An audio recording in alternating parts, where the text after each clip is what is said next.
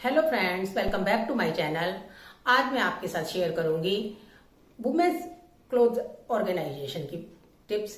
इसके लिए मैं अपनी अलमारी को दिखाऊंगी कि मैं अपनी अलमारी को किस तरह से ऑर्गेनाइज करती हूँ। तो ये है मेरी अलमारी और इसे मैं दिखाऊंगी कि मैं किस तरीके से इसे अरेंज करती हूँ। तो देखिए, मेरी अलमारी एक एक चीज अलग अलग तरीके से आपको दिखाई देगी। आप कोई भी चीज उठाएंगे तो वो आपको उसी तरह से दिखाई मिल जाएगी और एक कपड़ा निकालने पर बाकी कपड़े खराब नहीं होंगे। जैसे मैंने ये निकाला तो बाकी कपड़े उसी तरह से रह जाते हैं। अगर मैं लेगिंग निकालती हूँ तो एक लेगिंग निकाली तो बाकी सभी लेगिंग उसी तरह से दिखती हैं और हमें जो भी कपड़ा चाहिए वो हमें आसानी से मिल जाता है। इसे हम इस तरह से भी खड़ा कर सकते हैं।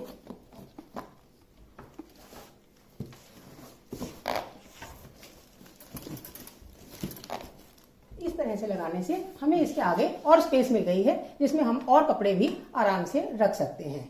तो ये था मेरा। और मैं बाकी अपने साड़ियों के पेटीकोट ब्लाउज नीचे वाली अलमारी में रखती हूँ। इस तरह से हम इस अलमारी को अरेंज कर सकते हैं। अब मैं आपको बताऊंगी कि हम इन कपड़ों को फोल्ड कैसे कर सकते हैं। तो चलिए देखते हैं कपड़ों की फोल्डिंग टिप्स।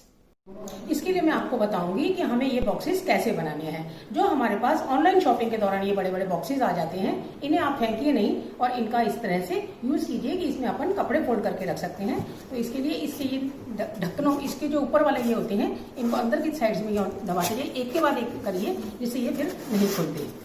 अब इनको इस तरह से फोल्ड कर दिया है और अब मैं बना इसके ऊपर कोई भी आपके पास टी शर्ट, पुरानी टी शर्ट हो या कोई वो हो, थैली हो पुरानी, ऑनलाइन शॉपिंग के दौरान आने वाली थैली हो, उस तरह की कोई भी थैली हम इसके ऊपर चढ़ा सकते हैं।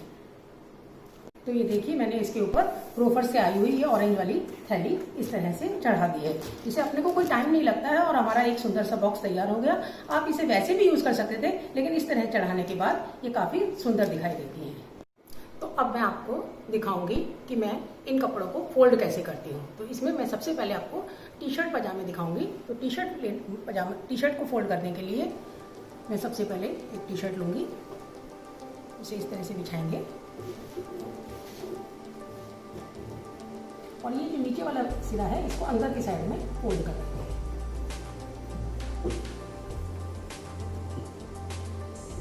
इसे इस तरह से फोल्ड करेंगे, दोनों तरफ से फोल्ड करते हुए अब इसे टर्न करेंगे इसके ऊपर, वापस से इसके ऊपर लेकर के अब जो हमने ये पहले फोल्ड किया था इसे इसके ऊपर चढ़ा देंगे। इस तरह से ये हमारी टी शर्ट इस तरह से फोल्ड हो गई है कि अब ये जैसे भी उठाए गिराएं ये खुलेगी नहीं। और अब मैं इसे इस बॉक्स में लगा दूँगी। अभी आपको लग रहा होगा कि इसमें स्पेस नहीं है, लेकिन इसमें काफ़ी स्पेस है, आराम से इसके अंदर ये टी शर्ट आ गई है। तो चलिए अब मैं बताती हूँ कि मैं पजामा फोल्ड कैसे करूँगी।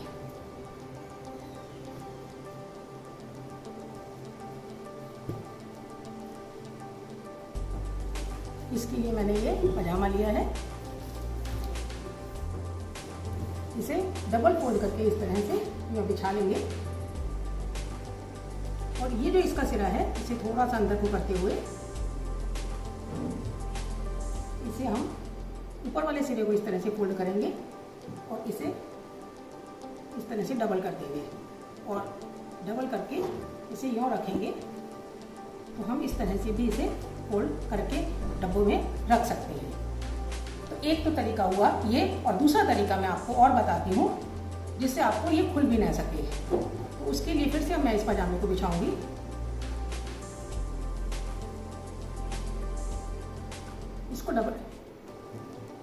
इसको फोल्ड करके इसको इसके ऊपर डबल करेंगे और अब ये जो सिरा है इसे इसके अंदर डाल देंगे। अब ये जो पजामा है वो कैसे भी खुलेगा नहीं और इसे इसके अंदर इस तरह से लगा देंगे। अब आपको जब भी कोई चीज चाहिए तो आपको अलग अलग ढूंढने की जरूरत नहीं पड़ेगी, आराम से इसके अंदर ही दूर से ही दिखाई दे जाएगी कि कौन सी चीज हमें चाहिए।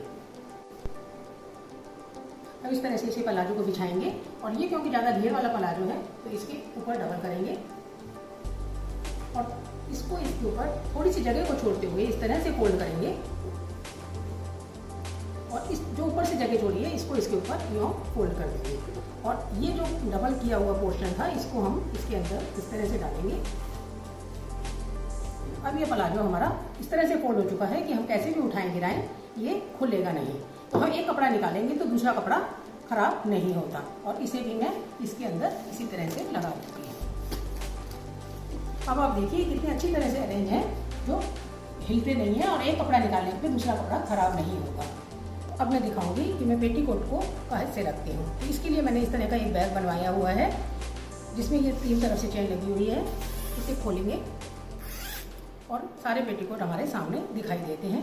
अब हमें आराम से पता चल जाता है कि हमें कौन से कलर का पेटीकोट चाहिए और हम उस पेटीकोट को उठाएंगे और उसके बाद हमें बाकी पेटीकोट हमारे उसी तरह से रह जाएंगे। बाकी पेटीकोट बिखरते नहीं हैं। वापस इसमें लगाएंगे तो भी उसी तरह से रहेंगे। अब मैं आपको बताऊंगी कि मैं पेटीकोट को फोल्ड कैसे करती हूँ। इसके लिए मैंने इसे इस तरह से डबल करके बिछा लिया है। अब इसको वापस से डबल करेंगे। तीसरी बार जब डबल करेंगे तो इसको इतना ही डबल करेंगे, ऊपर वाले पोर्शन को छोड़ देंगे और इसको इस तरह से रखते हुए इधर से भी मोड़ेंगे और इसे इस तरह से डबल करेंगे और यूँ फिर उसके अंदर रख देंगे। ये आसानी से टिक जाता है उसमें और अपने को अलग अलग दिखाई देती है। अब मैं इसको बताऊंगी आपको, इसे हम इसके अलावा इस तरह से भी फोल्ड कर सकते हैं कि इसे तो हम इसी तरह से फोल्ड करें, लेकिन इसको थोड़ा सा अंदर दबाते हुए थोड़ी सी जगह छोड़कर इस तरह से फोल्ड करेंगे और इसे इसके अंदर डाल देंगे। अब ये किसी भी तरीके से इसके अंदर से बाहर नहीं होगा, खुलेगा नहीं और ये आराम से फोल्ड रहेगा। ब्लाउज के लिए मैंने इस तरह से बैग बनवाया हुआ है। इसके अंदर ये बिल्कुल ब्लाउज की शेप नहीं है। इसे मैं इसमें अपने सारे ब्लाउज रख लेती हूँ। इसमें एक बार में 25 से 30 ब्लाउज आ जाते हैं। ये बाजार में रेडीमेड में बने बनाए मिल जाते हैं और मैंने इसे सिलवाया है। इस तरह से इसमें सारे ब्लाउज मैं रख लेती हूँ। इसके अलावा अगर आप गत्ते के डिब्बों में भी रखना चाहें और उसे फोल्ड करना चाहें तो उसके लिए भी मैं आपको टिप्स बताती हूँ।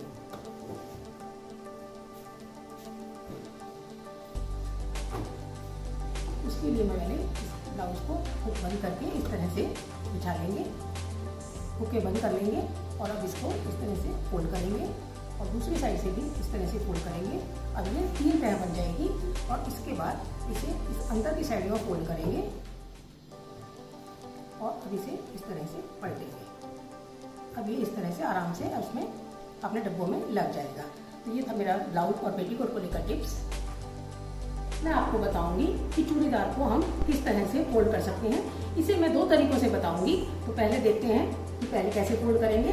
तो इसके लिए मैं इसके इस हिस्से को उठा करके इसके ऊपर डबल कर दूंगी और अब इसको थोड़ा सा यहाँ फोल्ड करते हुए इसके ऊपर इस तरह से बिछा रखना है कि ये रेक्टेंगल शेप में आ जाए। अब इसके ऊपर के हिस्से को थोड़ा सा फोल्ड करेंगे और नीचे से भी इस तरह से फोल्ड करेंगे और इसको डबल कर लेंगे। अब ये देखिए कितना सुंदर शेप में तैयार हो चुका है। और अब इसको हम यहाँ खड़ा करेंगे तो ये आराम से खड़े हो जाते हैं और इसी तरह से हम इन्हें डब्बों में भी रख सकते हैं। अब बताऊंगी कि दूसरे तरीके से किस तरह से फोल्ड करेंगे। उसके लिए हम इसे पहले इस ऊपर वाले हिस्से को थोड़ा सा यहाँ अंदर की साइड में, ऊपर की साइड में फोल्ड कर लेंगे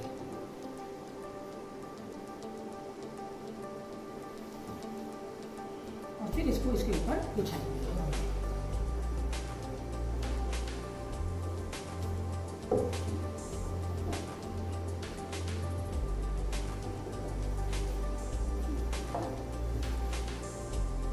और अब इसके ऊपर इस तरह से फोल्ड करेंगे, इसको डबल करेंगे और हम इस हिस्से को गोल करते हुए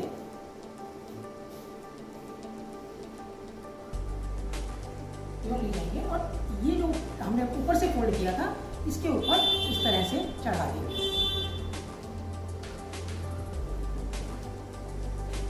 ये देखिए ये कितना सुंदर फोल्ड हो चुका है। अब ये किसी भी तरह से खुलेगा नहीं।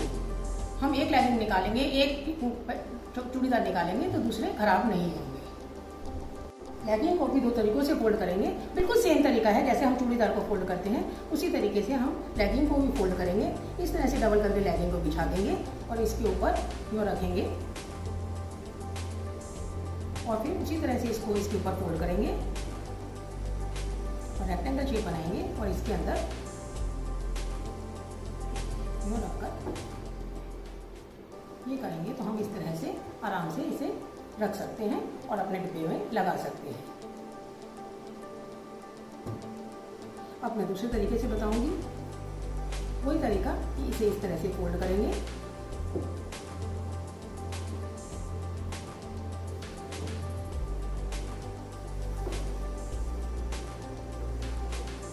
और इसे डबल करेंगे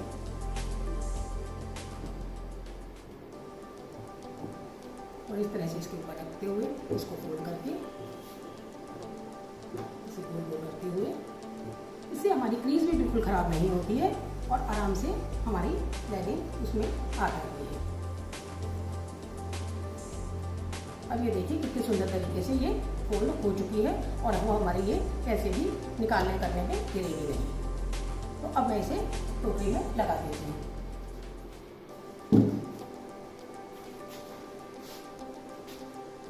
अब देखो मैंने इसी तरह से सारी लेगिंग्स को अपनी इसमें लगा रखा है, तो मैं इन्हें भी लगा देती हूँ। अब ये हमारी इतनी सारी लेगिंग्स इसमें आ गई हैं और हमें जिस भी रंग की लेगिंग चाहिए हो वो हम आराम से निकाल सकते हैं और यूज़ कर सकते हैं और बाकी लेगिंग वैसे की वैसे ही रह जाएंगी। तो ये था मेरे टिप्स वुमेन्स वियर्स को फोल्ड करने के। तो कैसा लगा आपको मेरे कपड़े फोल्ड करने का तरीका? तो आप भी इसे ट्राई कीजिए और देखिए आपकी वार्डरोब कितनी सुंदर लगेगी। तो अब बारी है टिप की। तो इसमें मैं बताऊंगी आपको कि आप आर्टिफिशियल ज्वेलरी को किस तरह से पहन सकते हैं। कई लोगों को ये इस तरह से आर्टिफिशियल ज्वेलरी रिएक्शन कर जाती है, उनके कान पक जाते हैं, तो उनको पहनने के लिए हम क्या कर सकते हैं, तो ये मैं आपको बताऊंगी। तो इस ज्वेलरी को हमें पहनने के लिए क्या करना है, कोई भी एंटीसेप्टिक क्रीम, चाहे वो सोफ्रामाइसिन हो, बीटाडीन हो या बोरोसिल हो, कोई भी हो, वो इस तरह की कोई भी एंटीसेप्टिक क्रीम लेंगे और उसे इसके कान के इस पिछले वाले हिस्से पर इस तरह से लगा लेंगे। और अब हम अगर इसको कानों में पहनेंगे तो अब हमारे कानों में ये एलर्जी नहीं करेंगे। तो ये था मेरा आज का टिप और इसी के साथ दोबारा मिलेंगे एक और नए किचन टिप और नए वीडियो के साथ। Bye bye, thank you.